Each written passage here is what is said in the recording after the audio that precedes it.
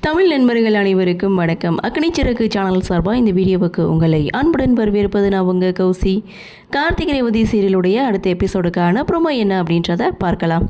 அதுக்கு முன்னாடி இது வரைக்கும் நம்ம சேனலை நீங்கள் சப்ஸ்கிரைப் பண்ணலன்னா பண்ணிக்கிறங்க. கூடவே இருக்க பெல் ஐக்கானையும் கிளிக் பண்ணி அதில் ஆல் அப்படின்ற ஆப்ஷனையும் கிளிக் பண்ணிக்கிறங்க. அப்போ தான் நான் போடக்கூடிய வீடியோ உங்களுக்கு உடனுக்குடன் நோட்டிஃபிகேஷனாக வரும். சரி வாங்க ப்ரோமோ என்ன அப்படின்றத பார்க்கலாம்.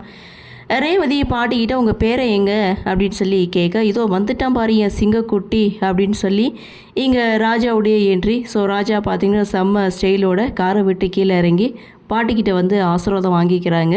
ஸோ இவன் தான் என் பேரன் அப்படின்னு சொல்லி சாமுண்டீஸ்வரி எல்லாருக்கும் வந்து இன்ட்ரடியூஸ் பண்ணி வைக்கிறாங்க. என்னது இவனா அப்படின்ற மாதிரி ஒரு லுக்கோட சாமுண்டீஸ்வரி சந்திரா எல்லாருமே பார்த்துட்ருக்காங்க. அப்போது ராஜா ரேவதி கிட்ட சொல்கிறது, நான் தான் உன் கழுத்தில் தாலி கட்ட வேண்டியதாக இருந்தது, ஆனால் உடைய பேட் லக், ஏதோ டிரைவரை கல்யாணம் பண்ணிக்கிட்டியான், உடைய டேஸ்ட் ஏன் அவ்வளோ மட்டமாக இருக்குது அப்படின்னு சொல்லிட்டு பக்கத்தில் நிற்கக்கூடிய கார்த்தியை பார்த்து இவன் தான் அவனுடைய ஹஸ்பண்டா அப்படின்ட்டும், என்னை விட இவன் சுமாராக தான் இருக்கிறான் அப்படின்னு சொல்லிட்டு கார்த்தியை பேசணும்னு சொல்லி தனியாக கூட்டிகிட்டு போகிறாங்க. பயப்படாத மேன், ஒன்றும் பண்ண மாட்டேன் அப்படின்னு சொல்லி ராஜா கார்த்தி ரெண்டு பேரும் அங்கேருந்து போகிறாங்க.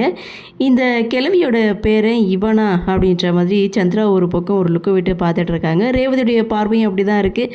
ஸோ இதோட இந்த ப்ரோமோவை முடிச்சிருக்காங்க. ஆக மொத்தம் இந்த ப்ரோமோ அப்படின்னு பார்க்கும்போது எல்லாரும் கோவிலுக்கு வந்து சேர்ந்துட்டாங்க. பாட்டியோடைய பேரை கார்த்தியோட ஃப்ரெண்டு ராஜா தான் அப்படின்னு சொல்லி ஒட்டுமொத்த குடும்பமும் இங்கே நம்பிட்டு இருக்குது. ஸோ கார்த்தி தான் உண்மையான பேரன் அப்படின்றது தெரிய வந்தால் என்ன நடக்கும் அப்படின்ற ஒரு எதிர்பார்ப்பு. ஸோ இந்த யாக பூஜையில் யாருக்காவது ஒரு ஆள் தெரியத்தான் வரும்னு நினைக்கிறேன். சரி என்ன நடக்குது, என்ன மாதிரியான சுவாரஸ்யத்தோட கதைகளை நகர்வாக கொண்டு வராங்க அப்படின்றத நாமளும் பொறுத்திருந்து பார்க்கலாம்.